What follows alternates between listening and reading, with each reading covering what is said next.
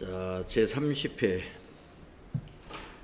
TAT 2급 실무수행평가 문제 여러분 교재 펴주시고요. 금호물산 회사 코드 2630번으로 로그인 해주시고 골프용품 제조와 부동산 임대업을 겸용하는 법인기업으로 문제가 나왔습니다. 네. 그래서 아까 여러분들 문제 풀 때 제가 시험 문제를 한번 1번 문제를 딱 보니까 앞으로 이런 문제는 나오지 않을 것 같다 하는 생각을 했어요. 자, 1번 문제가 뭐였냐면은 리스 회계 문제입니다. 이 리스 회계가 2019년도 1월 1일부터 국제 회계 기준에 따르는 걸로 바뀌었어요. 네. 그래서 어떻게 바뀌었냐면은 앞으로는 여기 문제를 보면 운용 리스라고 하잖아요. 예. 안산캐피탈과 운용 리스 계약을 맺고 공장용 기계장치를 사용하고 있으며 사월본 리스리에 대하여 발급받은 전자계산서이다. 리스에 대해서는 우리가 면세 적용을 했거든요. 그래서 계산서를 발급받은 겁니다. 거래자료 입력하시오. 전자계산서 관련 거래는 전자입력으로 처리할 것. 자, 이거는 계산서니까 메인 매출 전표에 입력을 해야 되겠죠. 그리고 우리가 리스라는 건 과거에 운용 리스와 금융 리스로 나누어 가지고 회계 처리하는 방법을 이원화 했었는데 운용 리스를 폐지했다고 보시면 됩니다. 회계 처리상 이제 똑같아요. 운용 리스도 금융 리스처럼 회계 처리하는데 그게 무슨 얘기냐면은 자, 안산 캐피탈이라는 것은 그 리스를 가지고 사업을 하는 거예요. 그러니까 안산 캐피탈에서 기계를 삽니다. 기계 장치를 사 가지고 우리 회사가 무슨 회사죠? 금호물산 우리 회사에다가 이 기계를 임차해 준 거예요. 그러면 우리 회사의 회계 처리를 해야 할 때는 어떻게 하느냐면 우리가 렌트카를 임차하듯이 렌트카 승용차 임차하면 차변에 임차료예요. 임차료. 마찬가지로 이 리스료도 비용 처리를 하거든요. 차변에 임차료 66만 원. 그리고 대금은 어떻게 했어요? 외상으로 했군요. 그러면 대변은 미지급금 66만 원. 이것이 운용 리스의 회계 처리 방법입니다. 그런데 이렇게 회계 처리를 하다 보니까 이제 일부 업종에서 재무제표가 왜곡이 된다라는 판단을 했어요. 과세관청이. 어떻게 왜곡이 되느냐. 자, 대부분 만약에 이 회사가 이 금호물산이 공장에 기계를 자기 돈으로 안 사고 전부 다 리스로 샀다고 봅시다. 리스로 샀어요. 근데 기계가 100억을 했죠. 100억. 그러면 전부 이게 리스로 구입을 하게 되면은 이 기계장치가 자산으로도 안 잡히지만 전부 빌렸기 때문에 이게 부채가 돼야 되거든요. 왜냐? 요 기계를 사서 빌려 쓰지만 그 실제로는 우리 회사 마음대로 쓰고 있는 거고요. 우리 회사 마음대로 쓰고 있는 거고 나중에 그 임차료로 다 갚아야 돼요. 그러니까 우리가 만약에 10년 계약을 맺었다 그러면 1년만 쓰고 기계를 여기 안산캐피탈 보고 기계 반납할 수 없습니다. 10년간 쭉 써줘야 돼요. 그러니까 사실상 우리가 리스로 기계를 임차하잖아요. 그럼 부채를 인식하는 게 맞다 이겁니다. 그래서 옛날에 금융 리스는 안산캐피탈에서 기계를 리스했다 그러면 자, 그래서 요즘의 문제는 이렇게 나올 거예요. 자, FAT 1급 문제는 아닌데 TAT 시험에 지난 35회에 출제되었던 문제입니다. 자, 리스 문제가 금융 리스로 문제가 나올 거다 이겁니다. 금융 리스로. 그러니까 운용 리스는 앞으로는 이제 시험에 안 나올 확률이 매우 높다. 2019년 우리가 지금 풀고 있는 30회 문제는 언제 출제된 거예요? 지난해 2018년도에 출제된 문제입니다. 그러니까 그때까지만 해도 계정이 없었기 때문에 운용 리스 문제가 나오겠지만 이제는 운용 리스 방식의 회계 처리는 인정하지 않기 때문에 금융 리스 방식의 회계 처리로 문제가 나올 거다 이런 얘기입니다. 자, 금융 리스라는 건 뭐냐면요. 자, 리스 원금 상환표라는 게 이렇게 있어요. 자, 2019년 1월 1일 날 이것도 기계죠? 기계 장치죠? 근데 이 기계가 248만 6,850원짜리입니다. 그러면 리스 회사인 어느 회사인가요? 대한리스에서 요 금액을 받고 리스해주면 남는 게 없죠. 그래서 뭘 받아요? 이자를 받는 거예요. 이자가 51만 3,150원. 그래서 어떻게 받느냐? 매월 쪼개서 받는 겁니다. 자, 원금 75만 1,315원에다가 이자 이만큼 더해서 100만원 받고, 보니까 1년에 한 번씩 받네요. 그리고 2019년 또 2020년도에 100만 원을 받는데 거기에는 원금 82만 6,446에 또 이자. 또 그 다음에 또 100만 원 받는데 이렇게 원금과 이자로 나누어 봤습니다. 그래서 이 문제를 보면은요. 자, 자료 3변에 보면 보통예금 거래에서 100만 원이 인출된 것을 우리가 자료를 하나 보여주죠. 100만 원 인출된 거. 그러면은 2019년 12월 31일이니까 이거죠.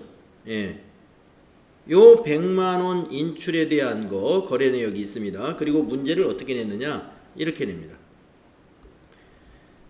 평가 문제 1월 1일 날 기계장치 취득 내역을 일반전표에 입력하시오. 고정자산 등록과 리스 거래 관련 부가가치세는 무시할 것. 그러면 기계장치, 금융 리스는 말이죠. 금융 리스는 부채로 인식을 해야 되고 그것을 또 자산으로 인식을 해야 돼요.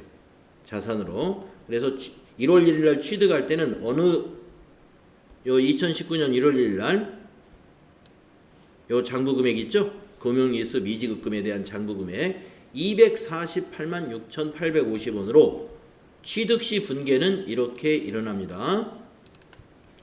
우리가 우리 돈으로 구입은 못했지만 차변에 우리 회사 자산으로 잡아요. 사실상 명의는 우리 회사 명의로 안 되어 있지만 사용 권한이나 운용 권한을 모두 우리 회사가 가지고 있기 때문에 자산으로 잡습니다. 그래서 기계장치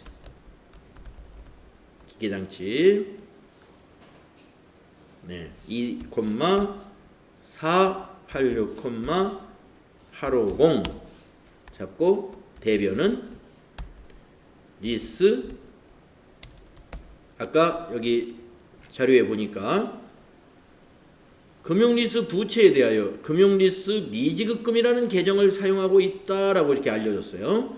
대개 문제에서 어떤 계정 과목을 쓰라라고 알려주는데 하여튼 미지급금에 해당이 됩니다. 그래서 여기 이 회사는 금융리스 미지급금이라고 별도의 계정 과목을 만들어 쓰고 있다.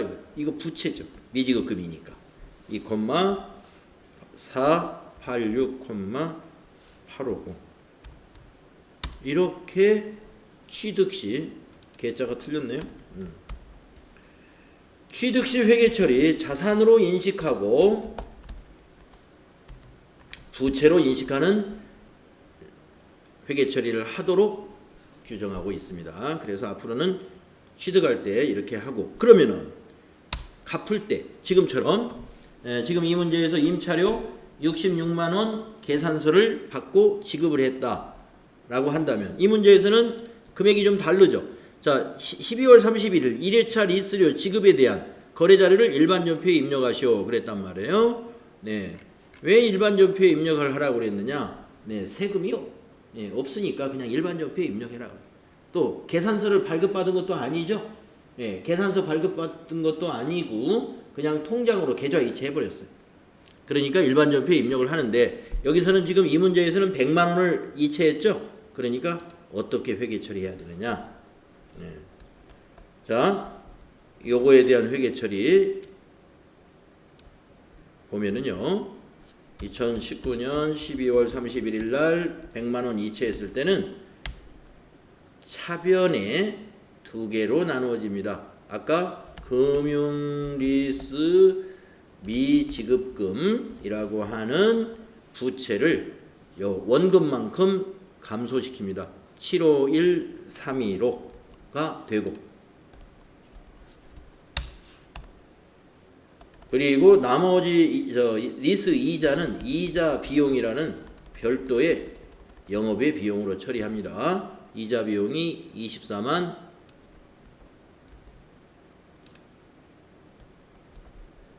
8,685원 이렇게 되고, 대변이 뭐가 되느냐? 보통예금으로 지급했죠? 그래서 보통예금 여기 통장 거래 내역 보고 국민은행 합계는 100만 원이죠. 그래서 금융리스는 이렇게 됩니다. 그래서 이 문제에 대입하면은 여기는 지금 이자 비용이 얼마인지 모르니까 만약에 이자 비용은 표시하지 않았다 그러면 우리가 지금 요 문제로 분개를 한다면 이 문제는 답이 이렇게 되어야 되겠죠. 예, 이 문제에서는 답이 차변의 금융리스 미지급금 66만원 요건 없어지고 이자 비용 얼마인지 모르니까 여기가 66만원. 대변에 대금을 어떻게 지급했나요? 미지급금이죠. 예. 외상으로 했죠.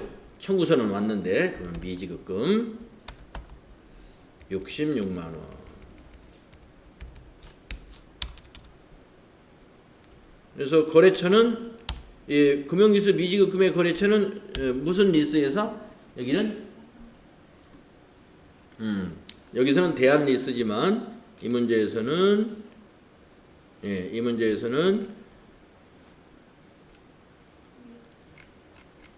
안산캐피탈이죠. 그래서 거래처 여기가 안산캐피탈이 거래처로 걸어줘야 되겠죠. 미지급금도 안산캐피탈. 청구서가 왔는데 미지급금 갚으라고 계산서를 발행했는데 안 줬다. 이게 좀 말이 안 되긴 해요. 뭐 현금으로 줘야 되겠죠. 그래서 이런 방식으로 이제 앞으로는 출제가 될 거다. 그래서 여러분이 운용 리스 문제는 더 이상 안 나올 것으로 여러분이 알고 계시면 되겠습니다. 자, 작년도 2018년도 기준이라면 이것을 비용 처리해야 되니까 자, 작년 기준으로 그러면 우리는 입력을 해야 되겠네요. 자, 그래서 제가 프로그램 실행을 안 해놨나요? 회사 코드 2630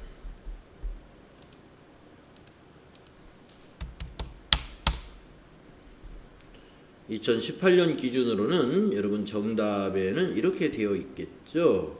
예, 일반 전표에다가 날짜는 4월 5일이고 4월 5일 날 차변에 아니 일반 전표에 하는 게 아니죠. 계산서니까 메인 매출 전표에 내야 됩니다. 메인 매출 전표에 4월 5일 날 계산서는 메인 매출 전표에 입력해야 돼요. 그래서 매입인데 면세니까 53번 유형으로 하고 품명에는 리스료로 하고 되어 있고 금액은 66만 원으로 되어 있었고 거래처는 안산캐피탈이니까 안산캐피탈로 걸어줬을 것이고 전자계산서였죠. 그래서 1번 전자입력으로 하고 분계는 외상으로 했죠.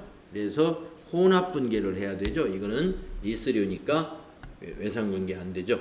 그래서 원재료가 아니라 이거는 리스료.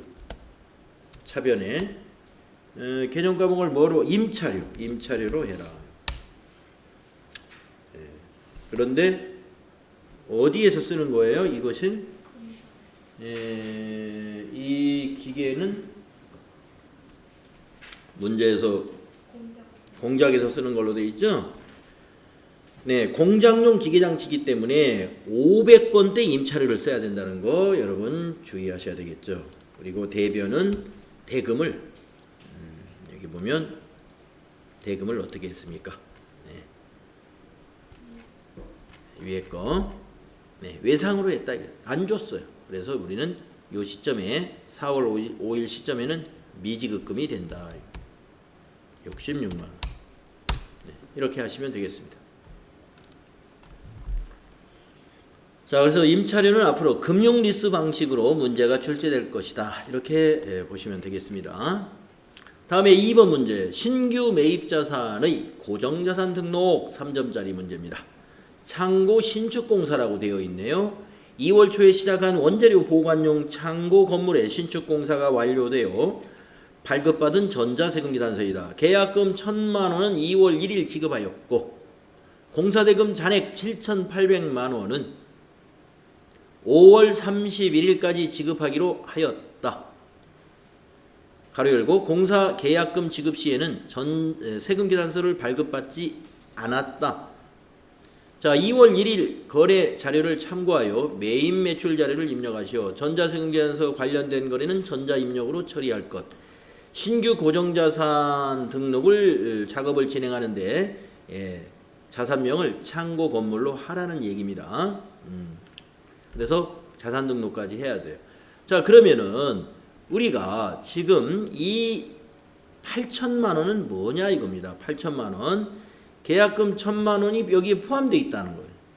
예, 계약금 세금계산서 안 받은 거죠.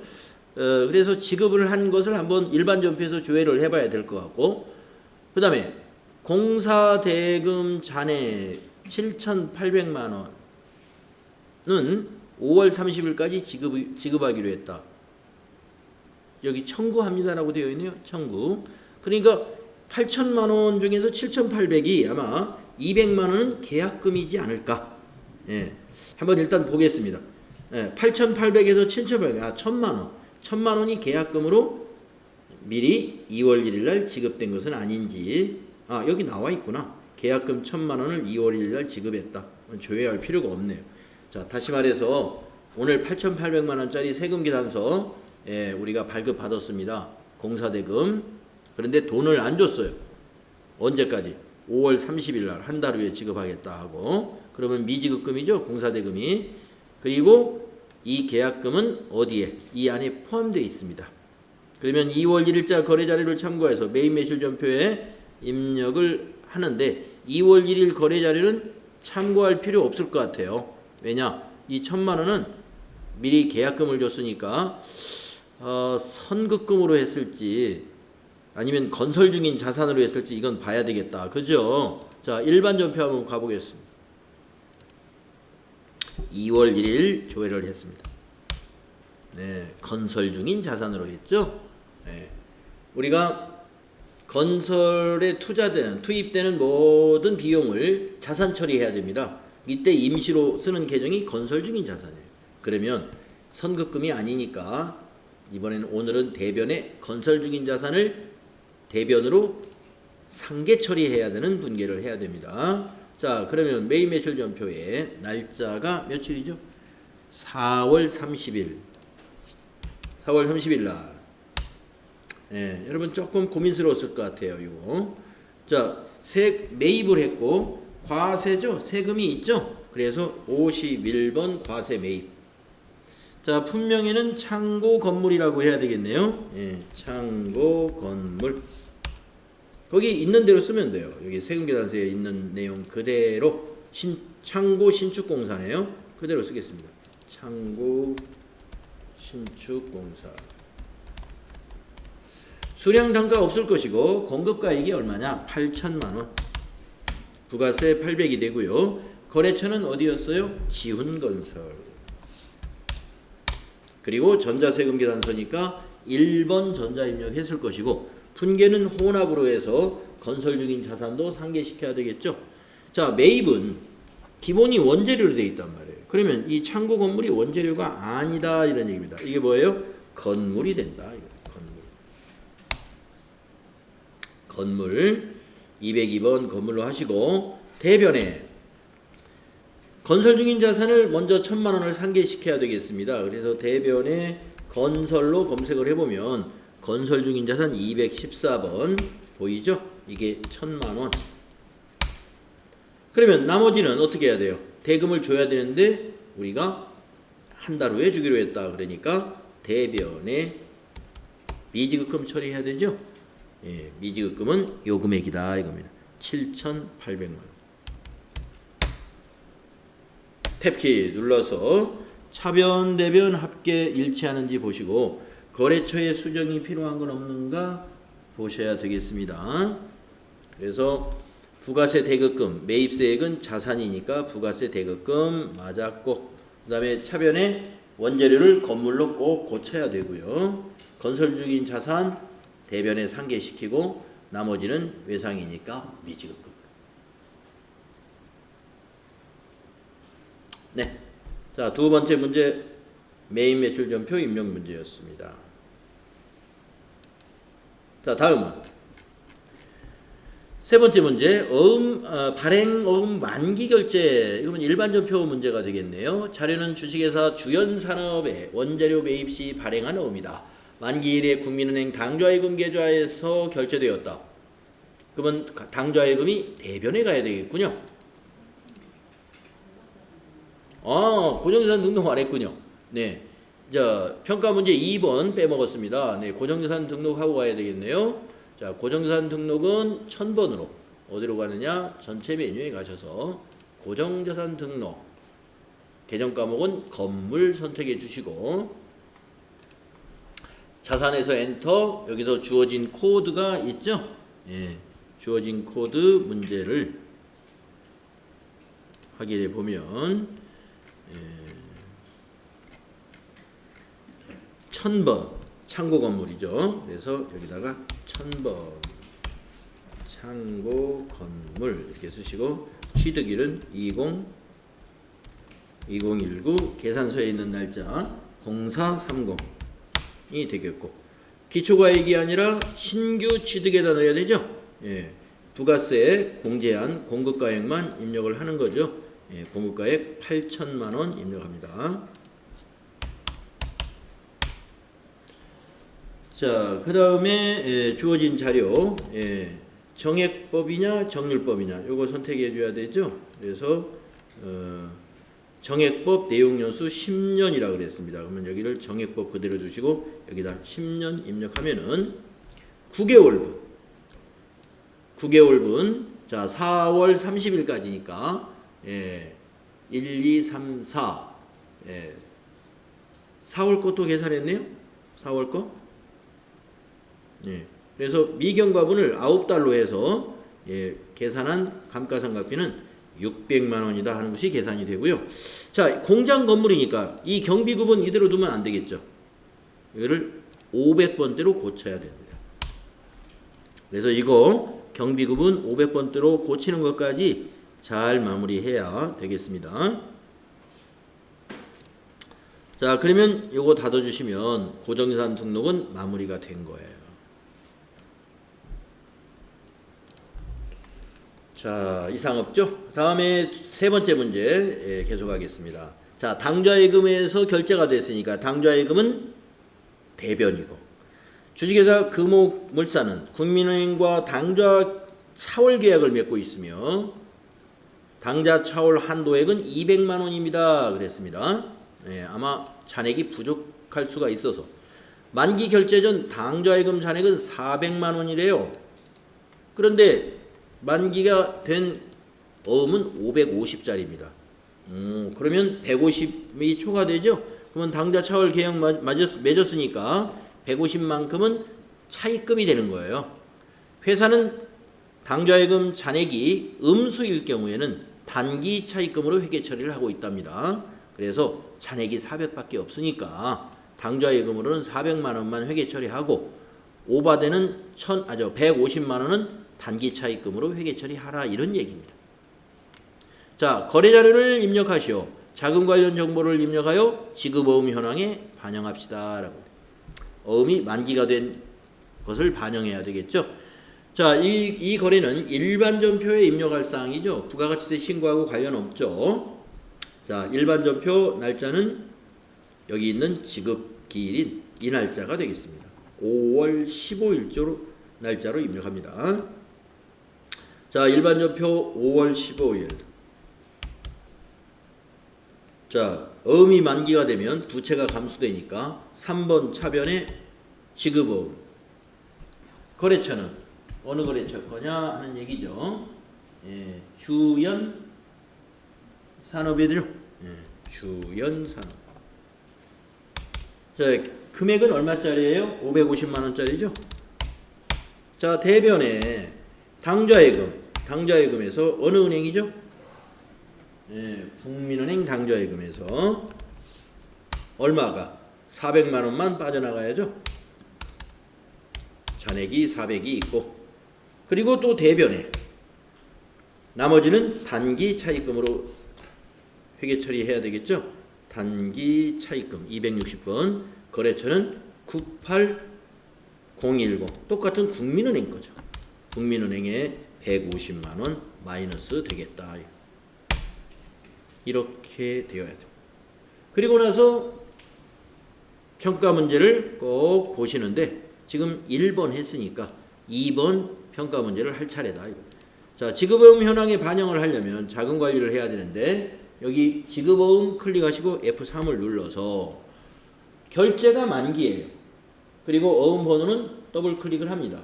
그러면 550짜리 보이죠? 선택하시고 엔터 치면 끝나게 됩니다. 만기는 아주 간단하다. 자, 이렇게 해서 이 문제 해결했고, 그 다음에 네 번째 문제, 이번에는 어떤 거인가요? 출장비, 지출 내역, 숙박비, 교통비, 식대. 예, 숙박비, 교통비, 식대 모두가 다 식대 본인이 먹었고, 예, 교통비는 KTX, 그 다음에 숙박비는 2박을 했어요. 이거 모두 여비교통비죠. 보통예금 내역에 보면은 문지선한테 27만 원을 송금해 줬어요. 네, 어떤 일이 있었는지 한번 가보겠습니다. 자료 1은 지역 대리점 출장을 마친 영업부 문지선 사원의 출장비 지출 내역이다. 회사는 출장비의 경우 사후정산 방식을 적용하고 있으며 계좌 이체일 기준으로 회계 처리를 하고 있습니다. 거래자료 입력하시오. 자, 이 회사는 사후정산한대요. 그러니까 미리 가지급한 것이 없습니다. 이런 얘기입니다. 미리 돈을 안 줬어요. 그러면 이건 어떻다는 얘기냐면은 이 문지선 사원이 자기 개인 돈으로 27만 원을 지출하고 돌아와서 요 날짜로 회계 처리 회사를 하고 있다 이거. 쓰고 오면 돈을 준다 이런 스타일이죠. 네, 그래서 우리는 차변의 회사는 이걸 여비교통비로 처리해야 될 것이고, 대변에는 보통예금 하나은행으로 처리하면 되겠죠. 예. 계좌 이체일 기준으로 회계 처리하겠습니다. 일반전표에 입력을 해야 됩니다. 일반전표에. 자, 계좌 이체일이 며칠이었어요? 6월 10일이다. 차변에 여비교통비가 되겠고 812번이죠. 예. 그리고 금액은 27만 원. 대변은 103번 보통예금이고 은행은 국민은행이요. 금액은 27만 원. 더 이상 할 것이 있을까요? 아니 보통예금이 국민은행이 아닌가요?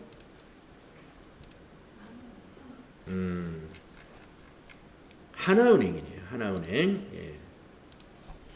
하나은행.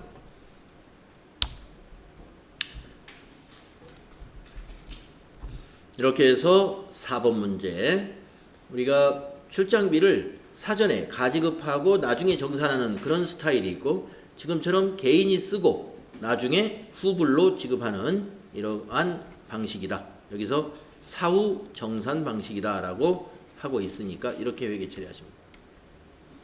다음에 2번 큰 문제 2번 부가가치세 문제 25점짜리입니다. 한번 풀어볼까요? 과세매출 전후의 전자세금계산서 발행 문제다. 제품을 공급하고 전자세금계산서를 발급하였다. 부가가치세 250만원 자기압수표로 받았고 잔액은 보통예금 계좌에 입금되었다. 다 받은 거죠. 수표로 받은 건 현금이고 보통예금은 보통예금이고. 자, 메인 매출 자료를 입력하시오. 복수거래, 전자세금계산서 발행 및 내역관리. 우리가 늘 많이 해봤던 평범한 스타일의 문제입니다. 자, 그러면 2019년 메인 매출 전표에 2019년 몇 월 며칠이다? 네. 2월 12일이다. 2월 12일 여러분 입력하시고 11번 과세 매출이고요. 복수거래 F7을 누르거나 위에 복수거래 단추 이용해 가지고 거기다가 요 두 가지 골프공 골프 장갑을 200개 65,000원, 200개 6만원 이렇게 되죠. 그래서 골프공 200개 이것은 65,000원이고 골프 장갑 200개 6만원이고 그리고 확인 눌러주면 합계가 2,750만원 떨어지는데 한번 확인을 해 봐야 됩니다. 맞죠? 거래처는 소형 산업이었다. 전자세금계산서는 발급해야 되기 때문에 0번으로 입력하고 가야 되죠. 분계는 혼합을 해야 됩니다. 그래서 제품 매출, 부가세 예수금. 부가세 예수금은 부채 증가, 제품 매출은 수익 발생이죠. 대변에서. 자, 차변. 현금으로 받은 거 있었죠? 250만 원. 그래서 101번 현금이 250만 원. 또 나머지는 보통예금으로 입금 받았죠? 하나은행으로. 그래서 차변에 103번, 나머지는 2,500만 원. 그리고 탭키 눌러서 거래처를 하나은행으로 꼭 바꿔주는 거 잊지 말아야 됩니다. 자, 이제 전자세금에서 발행 및 전송화입니다. 전체 메뉴에 가서 전자세금계산서 발행 및 내역관리라는 메뉴를 클릭하시고 여기다 날짜를 4월 며칠이었더라? 2월 12일이군요. 2월 12일.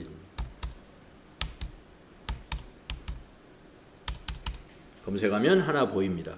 체크하시고 위에 있는 전자발행 확인 그리고 발행 눌러주시고 확인 눌러주고 아카데미 전자세금계산서 클릭해서 로그인 누른 다음에 미전송 체크하고 매출 조회 누른 다음에 발행해 주시고 확인 눌러주면 마무리가 됩니다.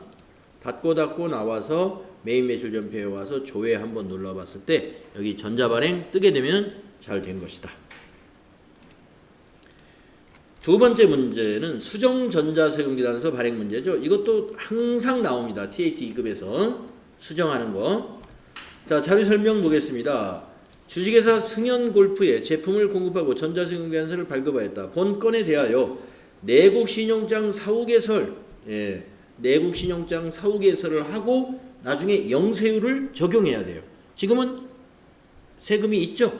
그러면 영세율 세금계산서를 다시 발급을 해야 됩니다. 그러면 원래 건 어떻게 해야 돼요? 마이너스로 취소시켜야 되겠네요.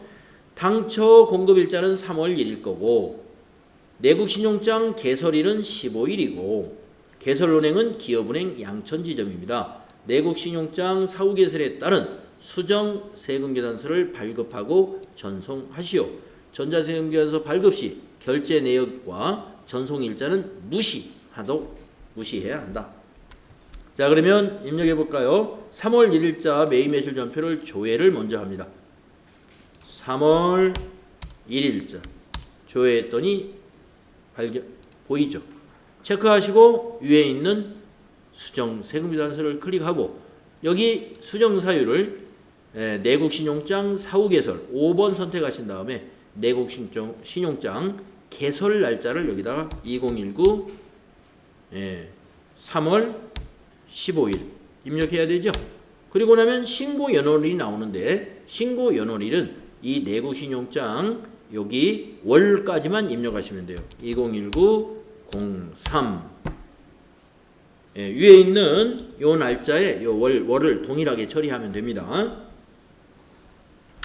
그리고 나서 확인을 누르면 이와 같이 수정 세금계산서가 발행할 준비가 되어 있는데 먼저 3월 1일 거 10% 과세로 처리했던 것은 일단 전부 마이너스로 자동 입력됐고 영세율 세금계산서를 발행해야 되기 때문에 유형이 영세로 입력되어 있는데 날짜는 그럼 3월 1일로 해야 되느냐 모르겠으니까 참고사항을 한번 눌러보면은 내국신용장 사후개설의 작성 연월일은 당초 세금계산서 작성일이다.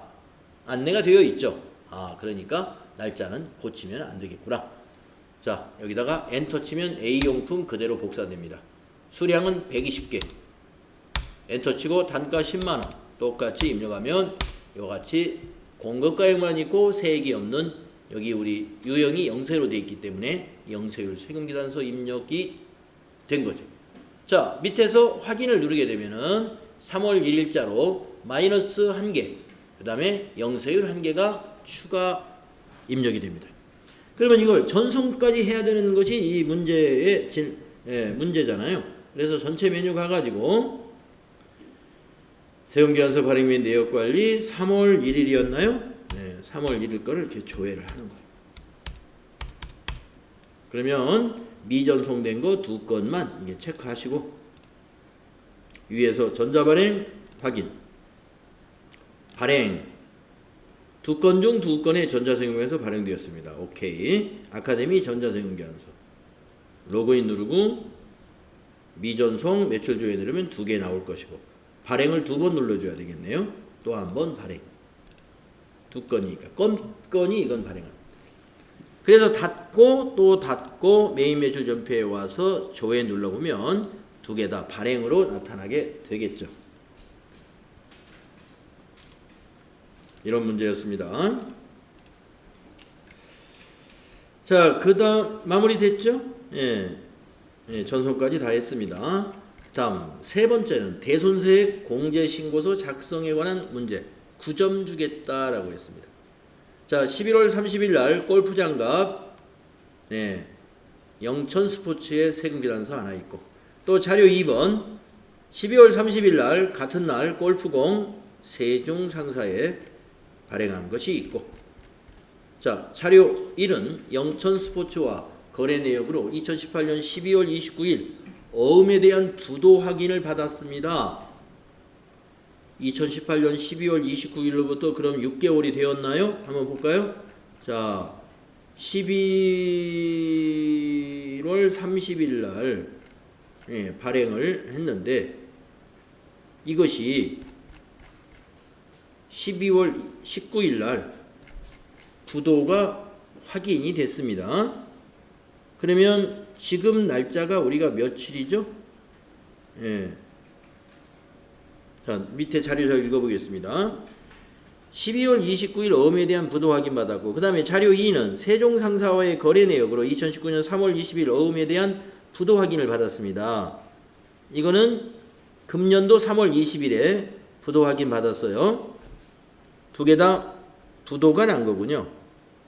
이거는 올해 3월 달에 부도, 위에 거는 작년 12월 29일 날 부도. 이와 관련하여 제1기 부가가치세 확정신고 시, 자, 1기 부가가치세 확정신고의 과세기간 종료일은 며칠일까요? 6월 30일이죠. 그러면 6월 30일 기준으로 이것이 대손 처리가 가능한지를 한번 봐야 되겠죠. 자, 2018년 12월 29일 날 부도가 났으니까 그로부터 6개월이 지났네요. 이거는 대손세액 공제 요건이 됐고, 두 번째 거 올해 3월 20일 날 부도가 확인됐어요. 아직 6개월이 안 지났어요. 예, 이거 대손세액 공제 요건이 안 됩니다. 부도가 발생한 날로부터 6개월이 경과해야 돼요. 자, 그래서 이제 여기 1번만 해당이 된다는 거고, 자료 그 다음에 3번 제1기 부가가치세 확정신고를 홈택스에서 전자신고하여 전자신고 세액공제 만원을 공제받기로 했답니다. 자, 그러면 이거는 자비익으로 처리해야 되죠.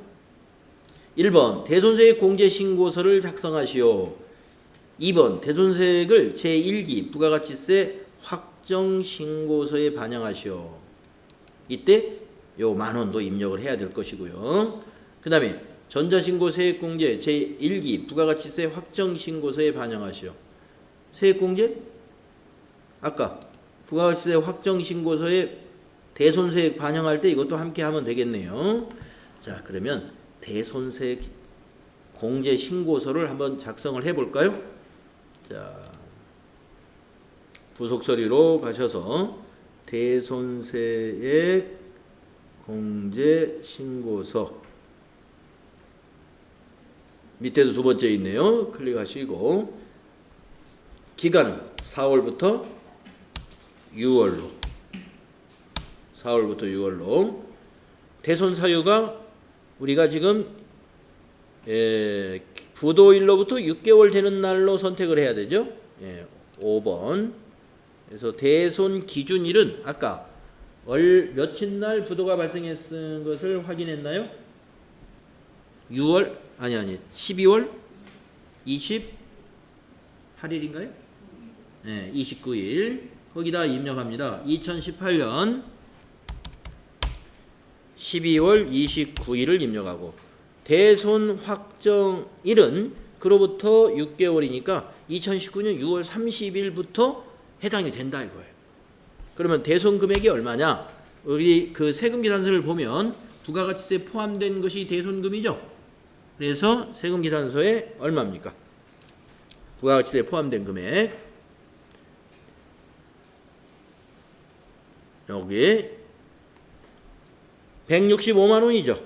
그래서 165만 원이 대손금이다. 1650 플러스. 그러면 대손세액은 15만 원. 거래 상대방, 어느 거래처냐 이거죠. 여기 보니까 거래처도 여기 나와 있죠. 영천 스포츠. 그래서 여기다가 영천으로 검색을 해서 더블 클릭을 해서 검색을 할까요? 영천 엔터. 영천 스포츠. 성명 홍시준 차료 처리됩니다. 그러면은 대손세액이 얼마죠? 15만 원이죠. 네, 요거 저장을 해 두겠습니다. 그러면 그 다음 문제는 뭐였느냐? 두 번째 문제는 대손세액을 제1기 부가가치세 확정신고서에 반영하고 그 다음에 전자신고세액 공제도 반영하라는 거예요. 그러면 부가가치세 신고서를 조회해서 반영하면 되겠습니다. 부가가치세 신고서 4월부터 6월로 1기 확정기간으로 조회를 하라는 겁니다. 이미 반영된 것을 확인할 수 있죠. 여기 대손세액 가감 마이너스 15만원 입력되어 있으니까 이건 반영이 된 거고, 아까 세 번째 문제는 여기죠. 그 밖에 공제세 여기를 더블 클릭을 해서 여기에다가 전자신고세액공제 여기에다가 만원을 입력해 줘야 된다 이런 얘기입니다. 엔터. 그러면 이 자리에 만원이 입력됩니다. 여기까지 반영을 해주면 되겠습니다. 환급세액 발생했네요. 네. 그리고 저장 확인. 정리분계 하라는 말 없죠? 그냥 닫아버리면 되겠습니다. 자, 그래서 대손세액 공제신고서 2건의 자료를 증빙을 주었지만 2번 자료 2번은 부도가 확정된 날로부터 6개월이 경과하지 않았기 때문에 대손세액을 공제받을 수 있는 여건이 안 됐어요. 그래서 이거는 여기 대손세액 공제신고서에 반영을 안 하고 요 자료 1만 여기다 반영을 해야 된다. 그 다음에 대손세액을 부가가치세 신고서에 반영한다는 것은 조회해가지고 여기 대손세액 공제신고서에 반영한 것이 여기에 자동 반영됐는가 확인만 하시면 돼요. 그 다음에 전자신고세액공제는 따로 입력을 해줘야 되고, 그래서 저장해두면 끝. 다음 4번 수출실적 명세서 작성자의 부가가치세 신고서 작성 8점짜리 되겠다는 겁니다. 자, 환율 3가지를 주었는데요. 여기서 우리가 수출실적 명세서에 대한 부가가치세는 공급가액을 뭘로 결정하느냐에 따라서 부가가치세가 달라지기 때문에 이 환율은 어느 환율을 적용해요? 선적일의 환율을 적용해야 되겠다. 자, 보통의 금액에 뭐가 있습니까? 맡기신 금액 90만 원을 미리 받았나 봐요. 자, 내용을 좀 읽어봐야 되겠네요. 자, 수출신고 필증이 있어요. 여러분 수출신고 필증에서 우리가 결제금액 여기 결제금액으로 회계 처리한다는 거 알아두시고 $10,000. 그 다음에 환율은 어느 환율이냐? 여기에 선적일을 보셔야 돼요. 선적일. 네, 선적일이 어디 표시되어 있어요? 몇 번에 표시되어 있나요?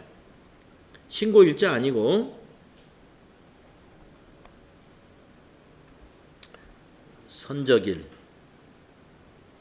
어디서 찾으셨어요, 여러분? 자료 설명에 나왔나요? 자, 읽어보겠습니다.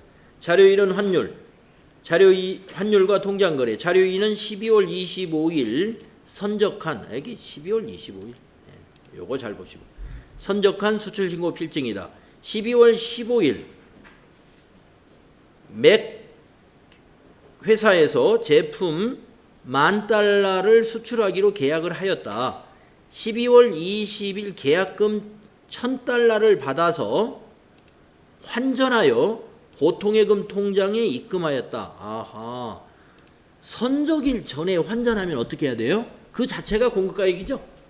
그러면 여러분 이거 주의해야 될 것이 많습니다.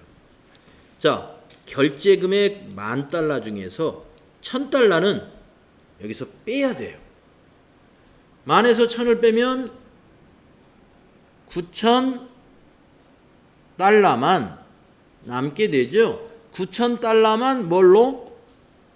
10월 25일 선적일의 환율을 적용하고 1,000달러는 선적일 전에 받아가지고 어떻게 했어요? 환전해버렸죠? 환전, 아까 통장에 입금된 그걸로 공급가액을 결정해야 된다. 네, 요거 판단 잘해야 되겠네요. 수출대금 잔액은 1월 30일에 받기로 했다. 요 9,000달러. 요거는 외상 매출금으로 해라. 이런 얘기. 자, 12월 20일 평가 문제는 계약금 입금에 대한 거래를 일반전표에 입력하시오. 네, 12월 20일 날 계약금 입금된 거 아까 보통예금 통장에 있었죠? 자, 그거 먼저 입력하겠습니다. 일반전표에 입력해라 이거예요. 그래서 보통예금 통장에 12월 20일 날 90만 원 이거 입금 처리할까요? 자, 일반전표에 가서 일반전표에 12월 20일 날 차변에 103번 보통예금 은행은 어디입니까? 응? 하나은행. 예, 하나은행으로 해줬을 것이고요. 금액은 60만 원이었죠? 60만 원? 아, 90만 원이요? 예, 90만 원 이렇게 입력해 주시고, 예, 90만 원. 그리고 대변은 이걸 우리가 미리 받았기 때문에 부채가 되는 것이죠. 선수금. 예, 거래처는 MA로 검색을 해서 예, 거래처 걸어 주셔야 돼요. 선수금이니까. 그래서 90만 원. 응? 차변이 아니죠. 대변에 대변. 대변에 선수금 90만 원. 이렇게 일반전표에 입력하라 이런 얘기입니다. 그 다음 두 번째 평가 문제를 읽어보면은 수출거래 내역을 메인 매출 전표에 입력하시오 이랬어요. 예, 그러면 수출거래 내역을 메인 매출 전표에 어떻게 입력해야 되느냐? 예, 자, 메인 매출 전표에 12월 우리가 선적일 기준으로 입력해야 돼요. 선적을 며칠 날 했어요? 12월 25일? 예, 12월 25일 맞나요? 예, 그래서 12월 25일에 날짜를 선택하시고 유형은 우리가 매출을 했는데 직접 수출한 거죠. 그래서 수출이라고 수출 여기 16번 선택해야 돼요. 16번 영세가 아닙니다. 영세는 세금계산서가 있어야 돼요. 영세는 내국 신용장에 의해서 영세율 세금계산서를 발급받은 것이 그게 12번 영세예요. 이거는 직접 수출한 거예요. 수출 실적 증명서가 있다는 것은. 그래서 16번이라는 거. 16번. 자, 품명에다가 그대로 보시고 거기 코어 텍스가 품명이었어요. 그래서 COR E 다시 텍스. 고아인가요? 예. GOR 고아텍스 GORE 여기 있는 투명 TEX 원단인가 봐요. 자, 수량 단가가 거기에 있었으면 그대로 입력을 하는데 수량 있었나요? 수출 실적 증 응?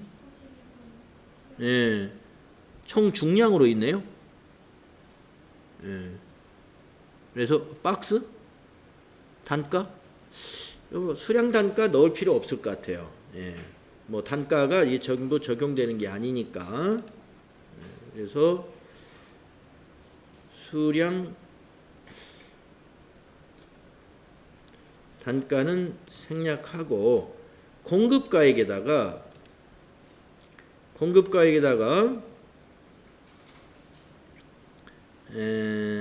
얼마를 입력하느냐 하면은 B가 이렇게 오는 건가요? 자, 여기 결제 금액이 $10,000죠. 그래서 환율을 보면은 25일 날 달러당 1,000원이에요. 달러당 1,000원. 그래서 공급 가액은 어떻게 되느냐?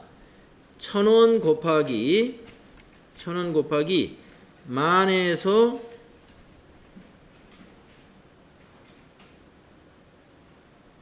여기 $1,000를 빼볼까요? 10,000에서 $1,000? 그러면 9,000인가요? 네. 그래서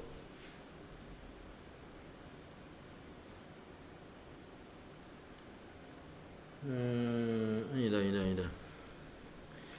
나중에 밑에서 분계할 때 그렇게 해주면 되겠구나. 공급가액을. 일단 여기는 수출 실적 증명서를 그대로 다 넣어줘야 되겠네요. 그래서 10,000 곱하기 1,000 하면은 1,000만 원이 되죠. 그래서 1,000만 원을 여기다 입력을 해야 되겠네요. 1,000만 원 입력해주고 거래처는 아까 있는 대로 MAC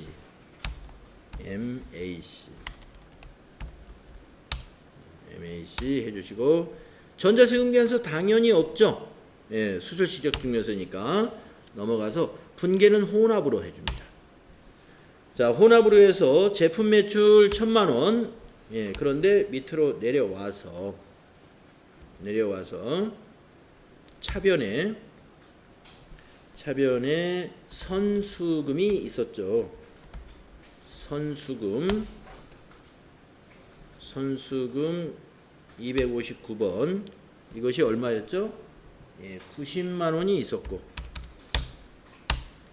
또 차변에 나머지는 외상 매출금이 있죠. 자, 외상 매출금이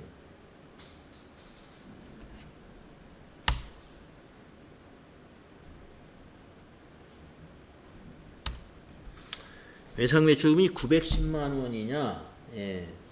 외상 매출금은 우리 아까 외상 매출금은 얼마가 되냐면은 1,000불은 미리 받았죠. 1,000불은 미리 받았으니까 9,000불만 받으면 돼요. 9,000불. 그래서 9,000불에 얼마예요? 1,000원을 곱해야죠. 환율이. 선적일 당시에 환율이 1,000원이니까. 그러니까 이게 900만 원이다. 외상 매출금은 900만 원. 그러면 10만 원의 차이가 생기죠. 10만 원의 차이. 자, 10만 원이 차변이 부족하잖아요. 이게 바로 외환 차손이 됩니다. 환율 때문에 손실을 본 거다, 이런 얘기예요. 그래서 차변에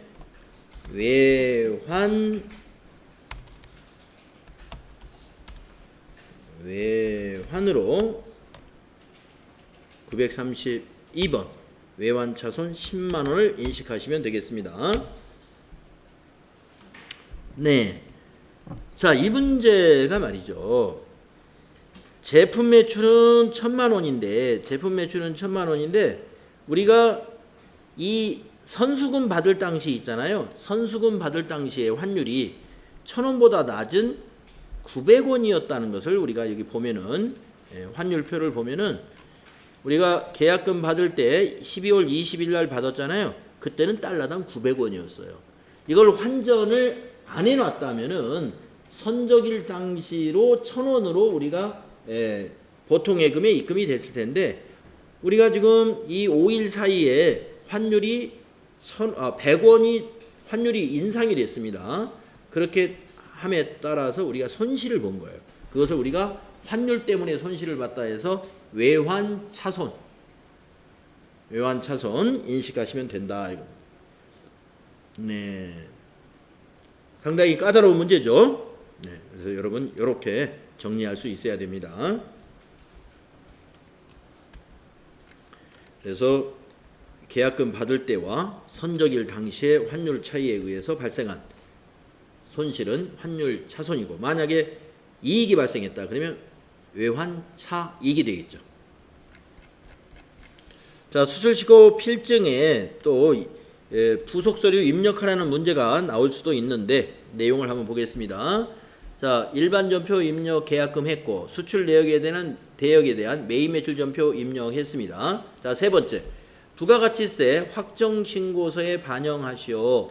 그러면은 부가가치세 확정 신고서 조회해 가지고 저장하고 닫으면 되겠죠.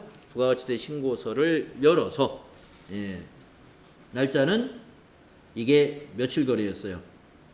예, 이기 확정 기간으로 해야죠. 기간은 10월 1일부터 12월 31일로 조회해서 어디에 반영됐느냐, 우리가 영세에 기타에 반영된 것을 우리가 확인할 수 있죠. 1,000만 원. 영세율 세금기단서에 세금기단서가 있는 내국신용장에 의한 영세율은 여기에 5번에 집계가 되는 것이고, 지금처럼 수출식적 증명서 세금기단서 없는 것은 기타란에 집계가 되는 것입니다. 자, 저장해 주시고 닫아 주시면 되겠습니다. 그래서 여기서는 이제 부속서류 중에 이 부속서류를 작성하라고 한다면 그 문제도 나올 수가 있는 거죠. 어떤 부속서류가 있었어요? 여기 전체 메뉴에 가면 우리가 앞에서 영세율 첨부서류 입력, 영세율 첨부서류 입력이라고 하는 거 있었죠. 이거는 이제 내국신용장이고, 수출식적 명세서는 여기 있죠.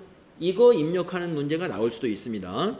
그래서 이거는 그 양식에 맞추어서 보고 찾아서 입력하시면 되고, 여기서는 수출식적 명세서 작성하라는 내용은 없으니까 굳이 입력할 필요가 없겠습니다. 그래서 이게 8점짜리 문제였다. 네. 2번이요? 예.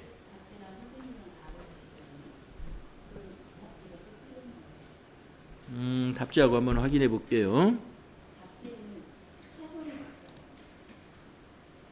일시. 자, 답지하고 이제 비교를 해봤더니 방법 2가 더 나을 것 같습니다. 왜 그러냐면 우리가 이론에서 어떻게 했어요? 과세표준의 결정이라는 게, 과세표준, 수출품의 공급가액, 즉 과세표준의 결정은 선적일 이전에 환가했으면 선적일 이전에 환가한 금액, 요게 과세표준이 된다 그랬죠? 이거 미리 환가했으니까. 그 다음에 선적일 이후에 외상으로 한 거는 어느 것을 과세표준으로 봐야 돼요? 선적일의 환율로 과세표준으로 봐야 된다. 그러면 9,000달러니까 지금 외상이 9,000달러죠. 9,000달러 곱하기 1,000원 하면 900만 원이죠. 그래서 900만 원 플러스 90만 원, 이거를 과표로 보는 것이 우리가 이론에서 배운 내용을 그대로 적용한 것이에요. 그래서 이걸 두 번째 방법으로 아예 고치겠습니다. 우리 자, 지금 고쳐주면 되겠네요. 매입 매출 전표에 가가지고 12월 25일 날에 밑에 분계를, 네, 질문 잘하셨어요. 요거를 990만 원으로 인식을 하고, 990만 원으로, 그리고 여기 외환 차손을 없애버렸어요. 클릭하고 위에서 삭제. 예, 이게 더 깔끔하겠습니다. 공급가액, 여기 공급가액은 990만 원으로 고쳐야죠. 990만 원으로. 예.